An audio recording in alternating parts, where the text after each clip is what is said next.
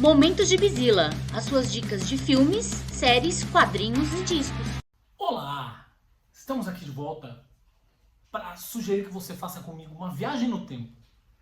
Nós vamos voltar para 2001, exatos 25 anos atrás.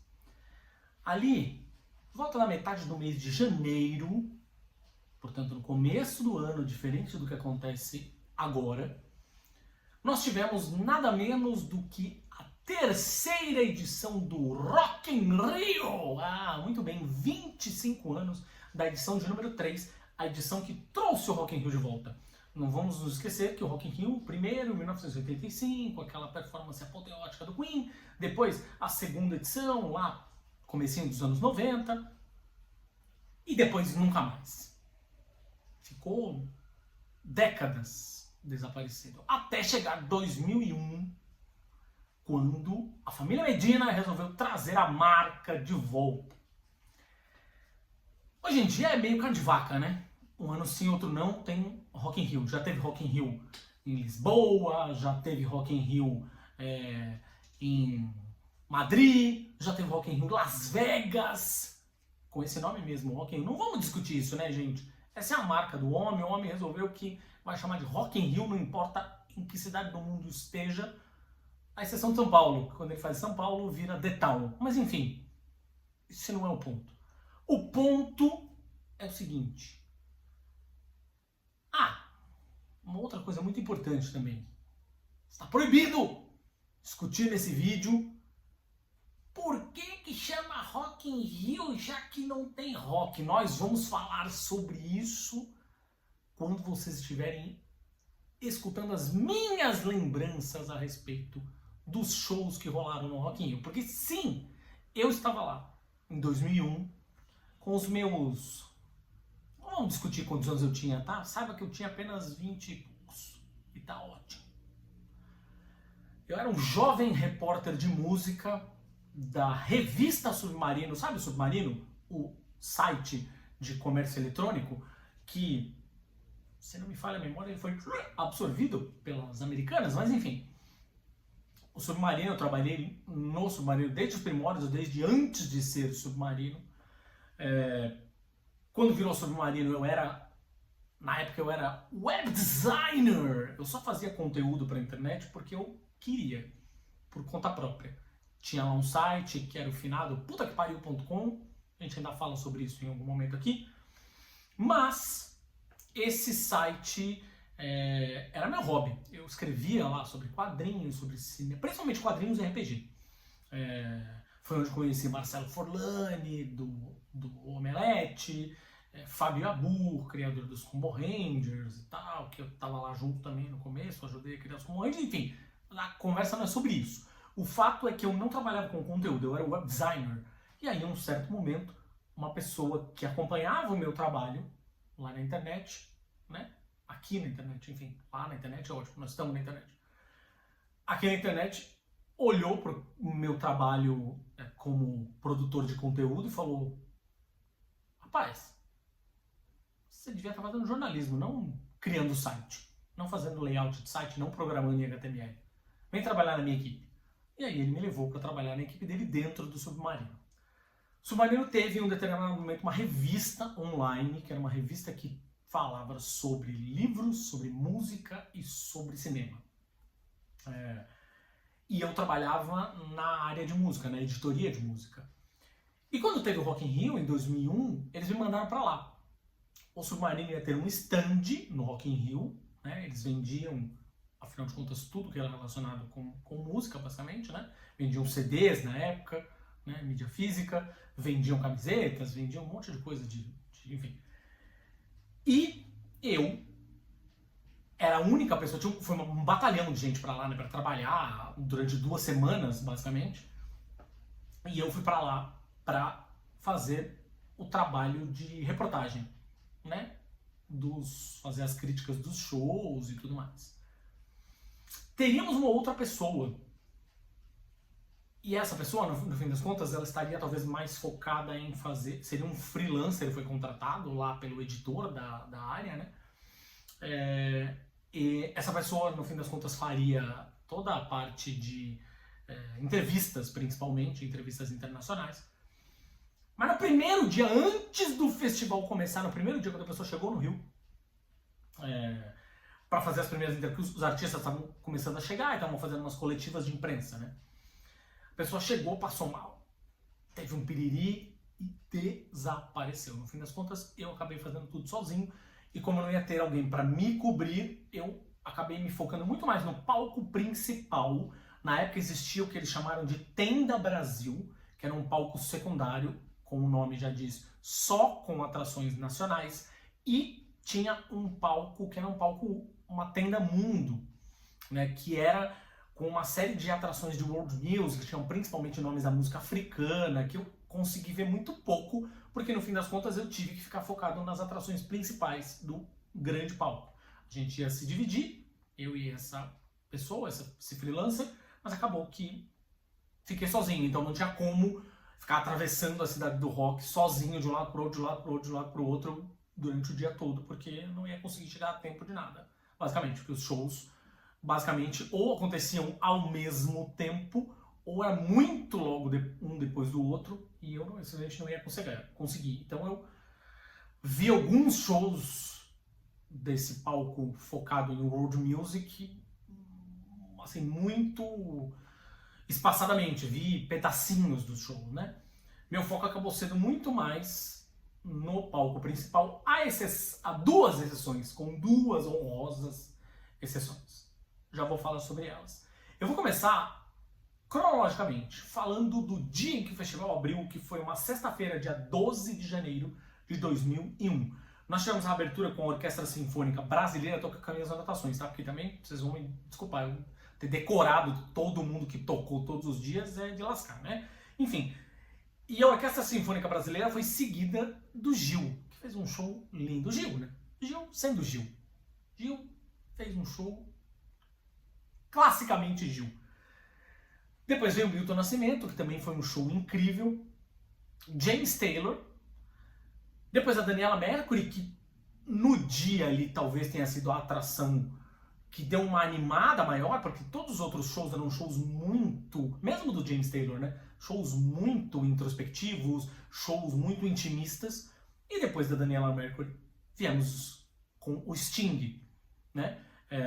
Tinha toda uma questão, esse terceiro Rock in Rio, que depois virou uma vocação do festival, né? Mas o terceiro Rock in Rio tinha toda uma questão de estar focado ali na coisa do meio ambiente, discutir um pouco as questões relativas à natureza e tal. E, isso é a cara do Sting. Então, nada mais justo do que encerrar o primeiro dia com ele. O primeiro dia foi ok, me diverti, não sei o que, enfim, né? Vi principalmente o Gil, que eu queria muito ver, nunca tinha visto ao vivo. Mas a coisa toda começou a fazer sentido pra mim, enquanto fã de música, não enquanto jornalista, né? Mas enquanto fã de música, começou a fazer sentido pra cacete no segundo dia. Foi o sábado. Aliás, minto. Não foi sábado mesmo, é isso. O festival começou na sexta, dia 12, sábado, dia 13 de janeiro de 2001. Não sei se eu falei, mas eu fiquei essas 2 semanas inteiras no Rio e fui a todos os dias. Eu vi todos os dias do Rock in Rio. Então vocês vão me ver falando aqui, na verdade, sobre todos os shows que eu assisti, que foram basicamente todos os shows do palco principal e mais 2 na Tenda Brasil. Chego neles já. Mas no segundo dia a gente teve, o classiquíssimo show de Cássia Eller, uma apoteose, assim, foi uma catarse, a mulher tava com o diabo no corpo. Foi quando o Chicão, o filho dela, tocou bateria enquanto ela fez um cover de Smells Like Teen Spirit do Nirvana. Foi maravilhoso, sério, foi um showzaço, animal, incrível. Depois a gente teve o Barão Vermelho, fez um show correto, né? Usou como usual, na época ainda Frejá ainda estava nos vocais. Depois a gente teve o Beck, que é um grande nome aí, não confunda o que eu estou querendo dizer, hein? B-E-C-K, Beck. Ele é um grande nome da indie music aí, tal, não sei o que, e Cara, foi um show bem divertido e bem esquisito. E eu nunca me esqueço de dois caras que estavam ali esperando o show do Foo Fighters. E aí eles disseram, olharam um pro outro e falaram, cara, eu não entendi porra nenhuma desse show, mas foi muito divertido. Acho que pra mim resume bem o que foi o show do Beck, bem divertidão, assim. Teve o show do Foo Fighters, que foi inclusive num dia que era aniversário do Dave Grohl, então teve toda uma celebração. Foi a primeira e única vez que eu vi o Foo Fighters ao vivo. Eles já vieram uma par de vezes no Brasil, né? Mas enfim, nunca tinha tido a chance ainda com o Taylor Hawkins, aquela história toda. Foi aniversário do Dave Grohl, então trouxeram um bolo no palco, a galera cantou parabéns pra ele, não sei o quê. Foi um certo momento em que ele tava tão empolgado, tão alucinado, que rasgou a calça. Foi uma doideira, assim. Mas foi um ótimo show. Foi um ótimo show. Um daqueles shows, assim, que... Vamos lembrar que, de novo, 25 anos atrás. Então, assim, era um Foo Fighters que não era o Foo Fighters de hoje, né? Ou seja, que é um Foo Fighters que tem o tamanho que a banda tem hoje, que sustentaria ser headliner sozinho, né? De um Rock in Rio. Era uma banda que estava muito se provando ainda, né? Mas foi um ótimo show. E o último show da noite foi aquele que eu considero o melhor show da minha vida. Ponto. Eu já fui como repórter de música, eu já fui e ainda vou a muitos shows. Sim, fazendo a conta por artista, eu nem estou falando de artistas que eu vi repetidas vezes, mas eu fiz uma conta meio de padaria, assim, listando artistas que eu já vi ao vivo, brasileiros e gringos. Já passou de 150 shows diferentes. Isso que eu volto a dizer, isso que eu não estou contando as bandas que eu vi mais de uma vez. E de longe, o show do R.E.M. foi o melhor show que eu já vi na minha vida. Mas que show lindo, foi uma experiência extracorpórea. De verdade, assim. É um show que quando acabou eu me senti saindo flutuando. Quando eles cantaram It's the End of the Road as We Know It, que é a última música, né? Que foi uma catarse coletiva, assim, as pessoas enlouquecidas, tal, eu incluso. Mas putz, quando eles tocaram Man on the Moon, eu tava sozinho, chorei um bocado, assim, que foi de lavar a alma, sério, um show simplesmente sensacional. Se você nunca, a banda tá em hiato, né? A banda não, enfim, não se sabe dizer muito bem se eles acabaram, aparentemente sim. E não foi por briga nem nada do gênero, simplesmente demos um tempo. Mas se você não conhece o R.E.M., se você é jovem e não conhece o R.E.M., corre atrás. Se você é mais velho e tem preconceito com o R.E.M., se é burro, corre atrás. E se esses caras derem uma de Oasis e resolverem que vão voltar à atividade por uma turnê que seja especial, não perca tempo, compre ingresso na mesma hora. Simplesmente sensacional. Foi de verdade uma experiência para mim o show. Bom, aí a gente teve o sábado. Minto, já foi o sábado. Esse foi o sábado, dia 13. Nós tivemos o domingo, dia 14/1. Antes de falar das bandas do palco principal, eu quero falar da banda que eu vi na Tenda Brasil. Eu vi ninguém menos do que Silvinho Blau Blau. Como você não sabe quem é o Silvinho Blau Blau? Vai procurar. Acaba o vídeo, anota aí o nome dele, vai procurar. Acabou o vídeo aqui, procura quem é o Silvinho Blau Blau, que cantava a música do Ursinho Blau Blau, meu ursinho Blau Blau de brinquedo. Vou contar pra você um segredo. Tá bom, se você é jovem, até te libero de você não saber, mas se você tem aí 30 e poucos, 40, obrigação de saber, hein? E mais do que isso, saber quem era a atração especial do show dele, porque quando ele tocou a inevitável Ursinho Blau Blau, subiu um cidadão vestido de urso, um calor do cacete no Rio de Janeiro, naquele momento, mas de derreter as estruturas. E quem estava com ele, vestido de ursinho, que foi se despindo aos poucos, até que finalmente sobrou só a máscara, ele tirou a máscara, ninguém menos do que Serguei um dos grandes ícones do nosso rock nacional. O homem que transou com Janis Joplin. Olha só. Claro, a carreira dele não se resume a isso, né, gente? Mas enfim, uma figura folclórica, divertidíssima. Fizeram um show que, sério, ninguém esperava ver, basicamente. Bom, no palco principal, as atividades foram abertas pelo Pato Fu. Um show lindinho de tudo, mas engraçado, assim, era um show muito... um palco muito maior do que, de fato, a banda poderia, não é a palavra, mas talvez que comportasse a banda, que de fato é uma banda que, à exceção dos hits que estouraram na MTV e tal, é uma banda que é muito mais independente e, portanto, cabe mais e domina mais, talvez, palcos um pouco menores, assim, né?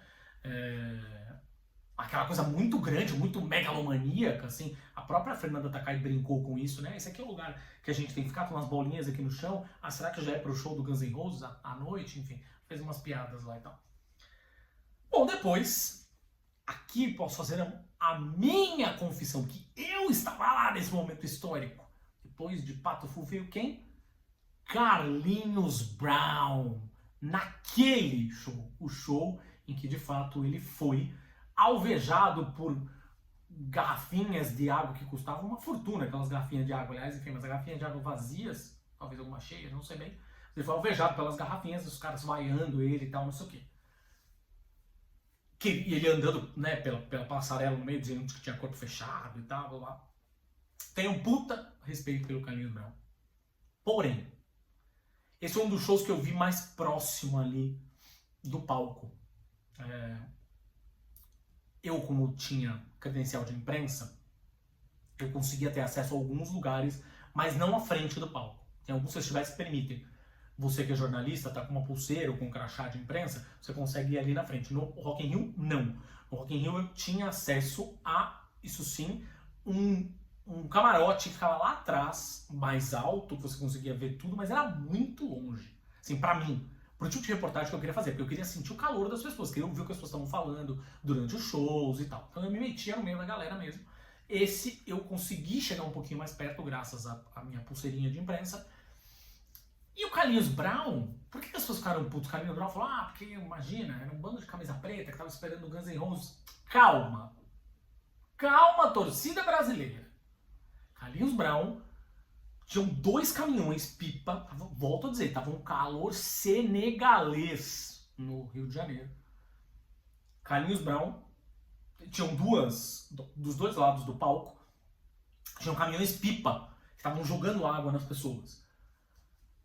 Carlinhos Brown pediu pra parar de jogar, porque tava atrapalhando o show, as pessoas estavam muito mais prestando atenção naquilo, fato, né, elas estavam todas tentando se aproximar ao máximo do caminhão-pipa ali para poder ser, né, alvejada pela água e tal.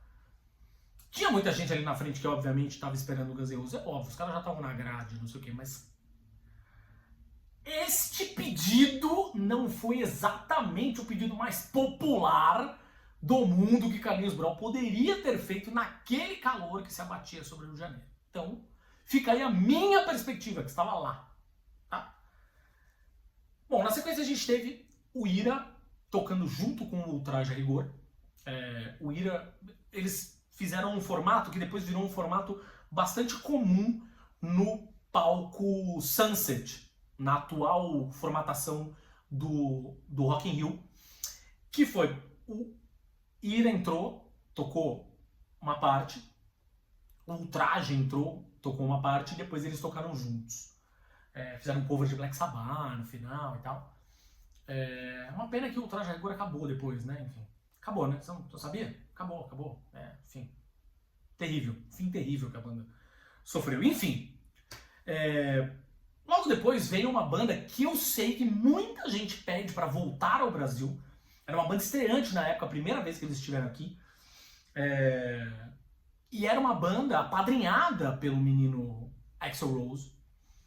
Que é uma coisa que ele costuma fazer muito, o Dave Grohl faz, o Axl Rose faz, enfim, que tentam trazer bandas que eles curtem e tal, né, que estão ali nos holofotes deles, eles trazem junto com eles para essas empreitadas de festivais ou para abrir os shows deles, não sei o quê. que era o Papa Roach. Ou seja, a gente estava ali, é engraçado que a gente estava ali no comecinho dos anos 2000, a explosão do new metal acontecendo ainda aqui e ali, e o Papa Roach principalmente catapultado pelo hit Last Resort. E é engraçado, foi um show muito legal.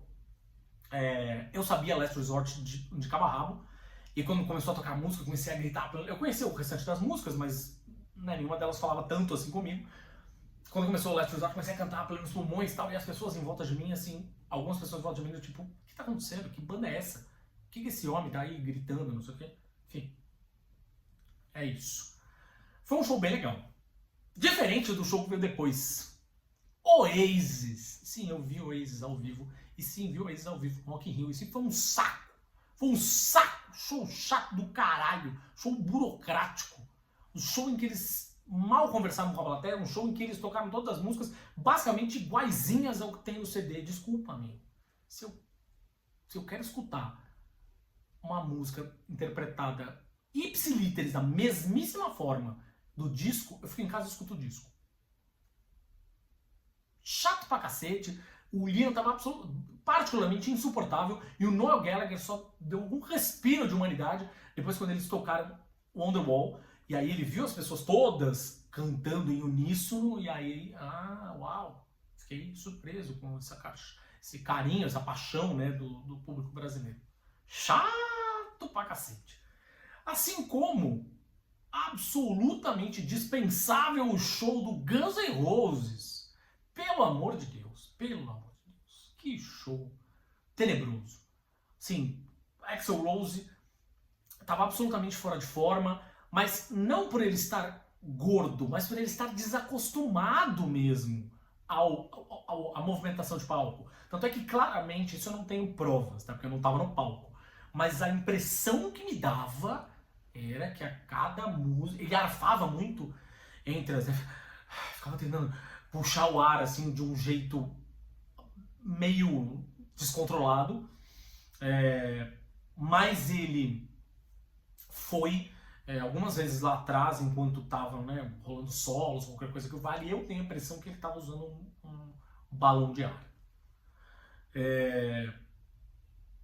Muito legal, o guitarrista na época, né, o Robin, lembra aí do sobrenome do moço, não era o Buckethead, e ele foi um guitarrista que fez um solinho de sossego do Tim Maia, pouca gente reconheceu, inclusive, e teve aquele final pavoroso, que foi que as pessoas estavam indo embora já. E aí eles voltaram para um... Eles não faziam...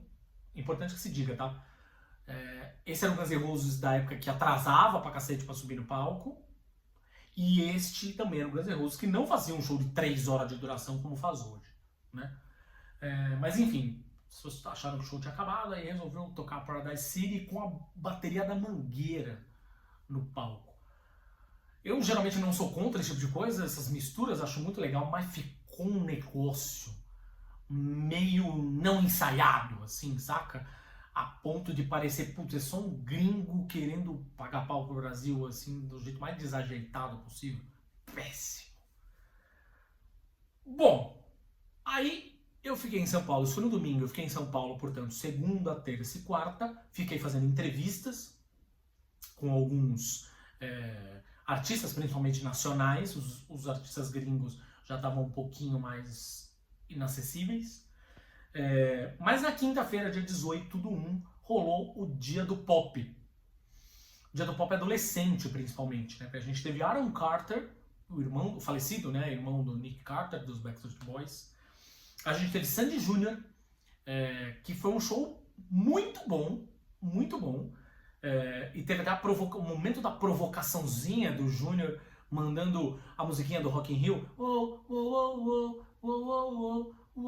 Pop in Rio. Ele fez uma graça, não sei o quê. Enfim, roqueiros que viram esses vídeos depois A gente não tinha exatamente o que a gente tem hoje de redes sociais, né? Mas que viram o vídeo na TV, não sei o quê, depois na transmissão, ficaram putíssimos. Xingaram muito no boteco, né? Porque não tinha Twitter pra xingar. Enfim, Depois a gente teve uma atração que eu queria muito assistir, uma banda que eu gosto muito até hoje, que é uma boy band inglesa chamada Five. Se você não lembra, por favor, corra atrás. Tava eu lá, meus 20 e poucos anos, tá bom, não era mais um adolescente, mas também não era um tiozinho grisalho como sou hoje, né? Mas eu tinha umas adolescentes em volta de mim que acharam estranhíssimo eu pirando lá, sabendo todas as músicas, sabendo as letras, o caralho do Five. Pouco me importa, o show foi divertidíssimo. Depois do Five veio ela, Britney Spears, baita produção de palco, mas sim, playback. Fez. Não tem como negar. Fez e fez. E é isso. Tá?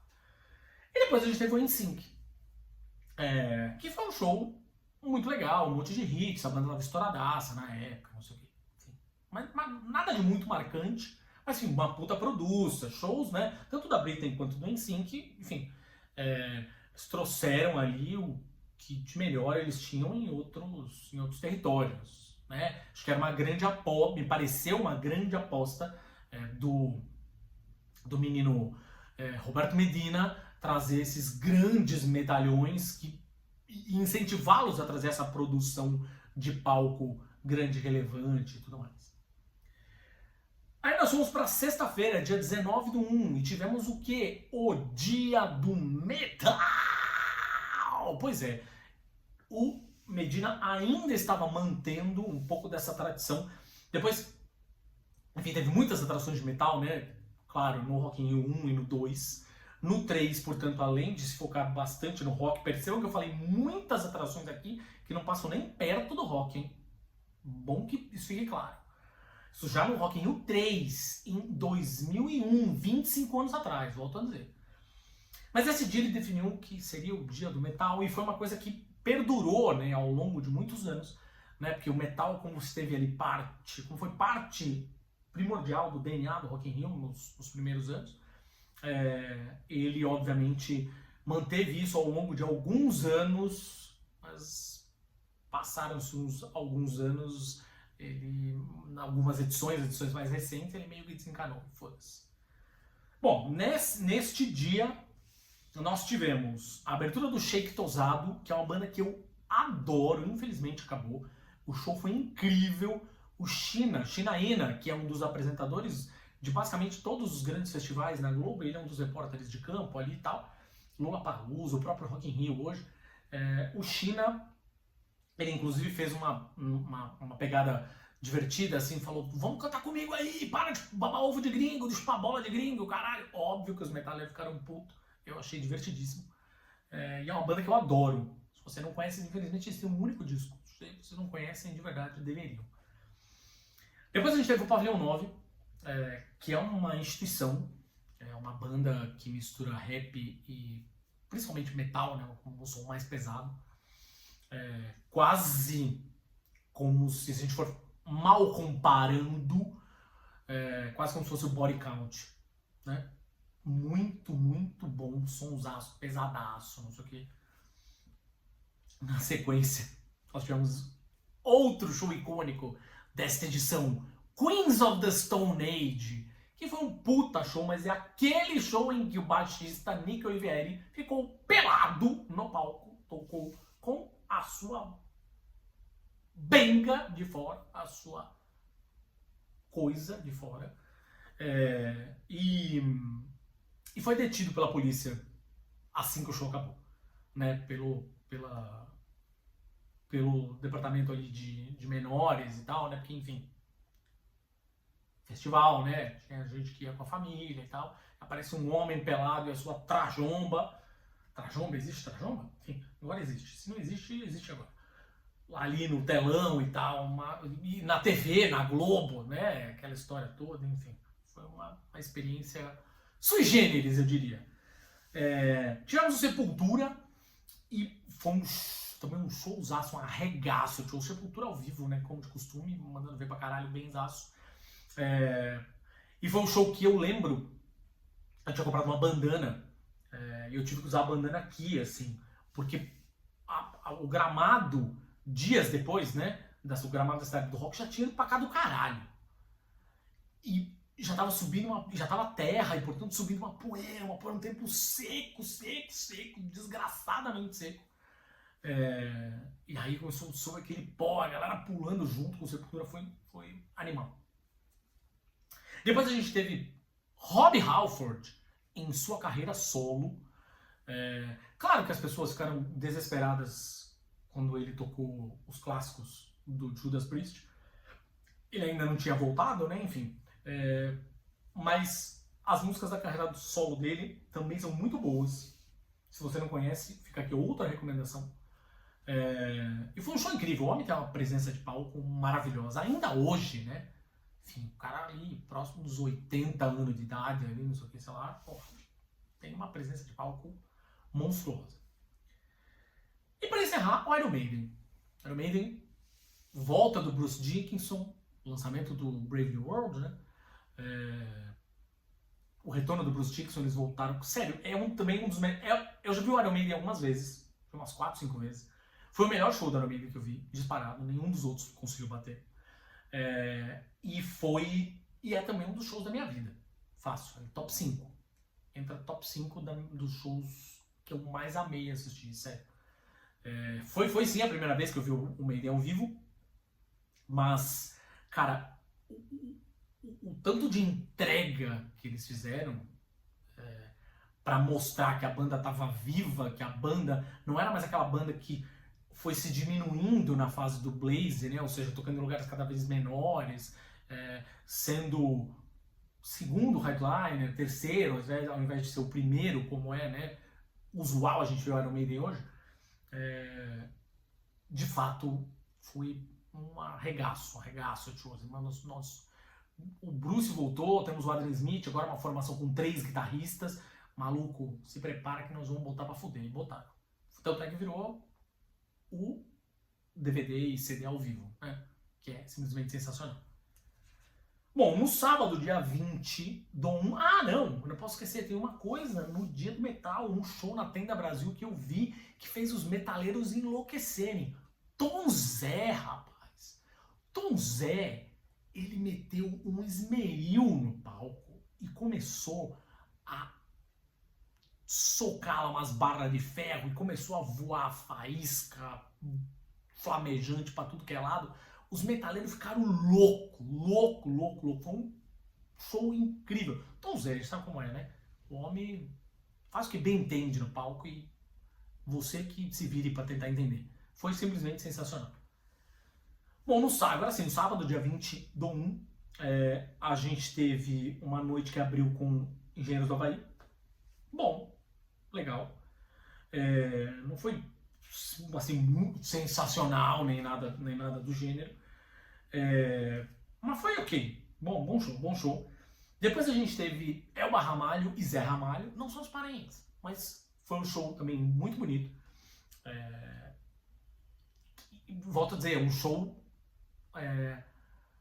que cabia naquele tamanho de palco, mas definitivamente não era rock, tá? Então não adianta ficar sofrendo aí não. Depois a gente teve uma banda que eu sei que muita gente odeia, mas é um puta show, que é o Dave Matthews Band. Viu? Você já deve estar chiando. Se você odeia, você está chiando vendo esse vídeo. Tá, pode não gostar, mas foi um baita show. E o cara que toca violino foi uma das paradas mais rock and roll que eu já vi na minha vida. No festival aqui, sei lá, top 5 grandes momentos do festival. Ele tocando violino, como se estivesse tocando a guitarra, foi lá pra frente, botou o pé em cima do amp. Rockstar pra caralho, com violino. Foda pra cacete. Depois a gente teve Sheryl Crow. Também tava no auge ali, estouradaça, com hits, não sei o que, bem divertidinho, show bonitinho, pá. Mas muita gente usou o show dela meio pra descansar para o que viria por último, que era o Neil Young e a sua Crazy Horse Band. Cara, o show do Neil Young foi bom, mas tem uma coisa, o Neil Young no seu melhor momento velho Logan, parecia uma versão velha do Wolverine.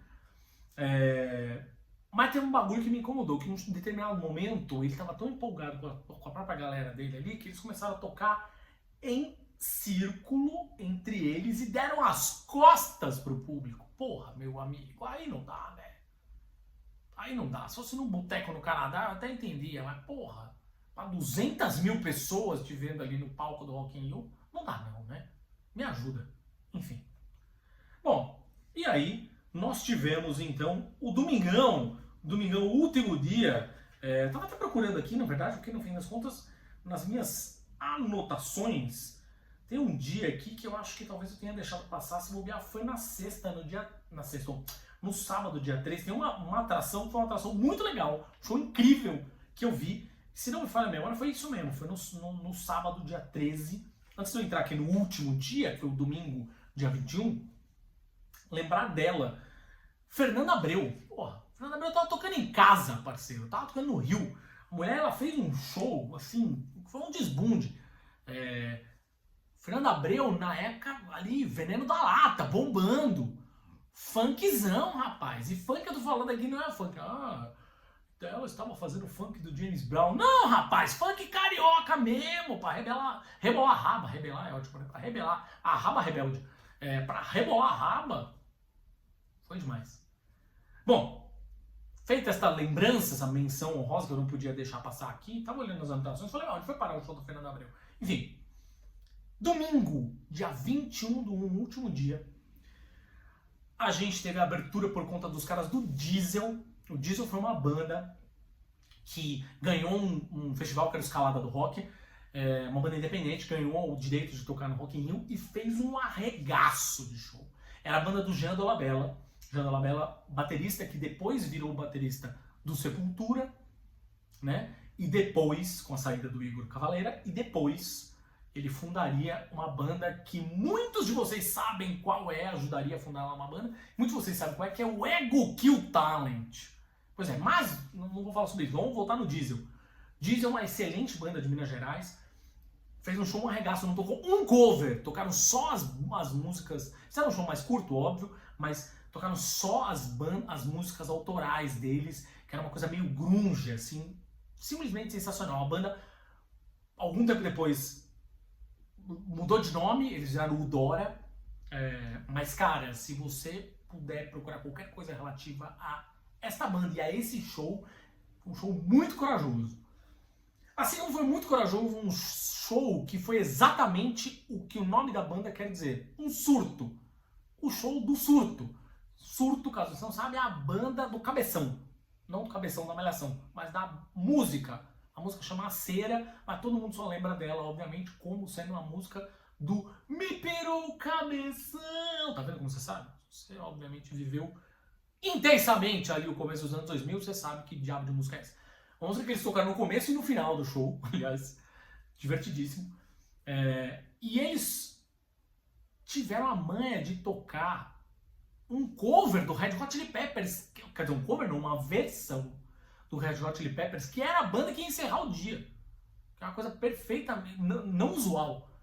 Eles fizeram uma versão de Californication, chamada Triste, Mas Eu Não Me Queixo. Entraram na minha casa, roubaram meu PlayStation. Um surto. Você tem que procurar essa música. Procura aí, assiste, que é de verdade um surto. Não tem como falar de outra forma. Depois a gente teve Deftones, que foi uma banda que eu vi algumas vezes depois. E acho, talvez esse show foi um bom show, mas acho que talvez não tenha sido o show mais inspirado deles, que eu tive a oportunidade de assistir. O melhor show que eu vi do Deftones aqui no Brasil foi no Maquinária, que foi, assim, uma sequência matadora de bandas que eu assisti Deftones, Jane's Addiction e depois o Faith No More. Simplesmente sensacional. Mas aqui no Rock in Rio, eu não sei se eles se sentiram meio deslocados ou qualquer coisa que vale. Enfim. Tivemos o Capital Inicial. O Capital Inicial tava estouradaço, bombando com a história do acústico. Teve, inclusive, a participação do Kiko Zambianchi, quando eles cantaram Mas só chove, chove, mas só chove. E choveu, quando eles estavam cantando essa música. Então, assim, eu não sou lá muito fã do Capital Inicial, mas, cara, de novo, jogo ganha, né? Jogo ganha. O negócio tava bombadaço, estourado. Tivemos o Silverchair. Silverchair, que é engraçado, foi uma banda muito boa também, Mas o Daniel, o vocalista, ele tava, por alguma razão, obcecado pelo Axl Rose. Em certo momento ele falou, vocês gritaram pelo Axl Rose. Gritem por mim! Scream for me! Tudo bem que ele usou, no fim das contas, um pouco do jargão do menino Bruce Dickinson do Iron Maiden. Não sei se ele confundiu as bandas, mas enfim. Foi também um bom show. Um bom show. O que eu não posso dizer do último show do Rock in Rio, o show que encerrou o Rock in Rio, 250 mil pessoas, que foi o show do Red Hot Chili Peppers. É uma banda que eu gosto pra caralho. E é uma banda que muita gente me diz, cara, você precisa ver de novo pra tirar esse gosto amargo da boca. Porque, cara, que show chato do caralho. Show chato do caralho. Oh, que show chato do caralho. Já falei isso? Eu tô repetindo. Os caras parecia que não estavam afim de fazer o show. Nem o Flea, que costuma ser tão empolgado, não sei o que, sei lá, ele talvez tenha sido um dos destaques. Mas não, ainda assim, nem era o Flea que a gente tá acostumado, saca? Ninguém tirou a roupa e botou uma meia na piroca, nem nada. Eu posso falar piroca aqui? Posso, meu canal é meu, eu falo o que eu quiser. Enfim, definitivamente não. Simplesmente não. Cara, o Anthony Kiedis chegou ao ponto de errar a letra de Scar Tissue.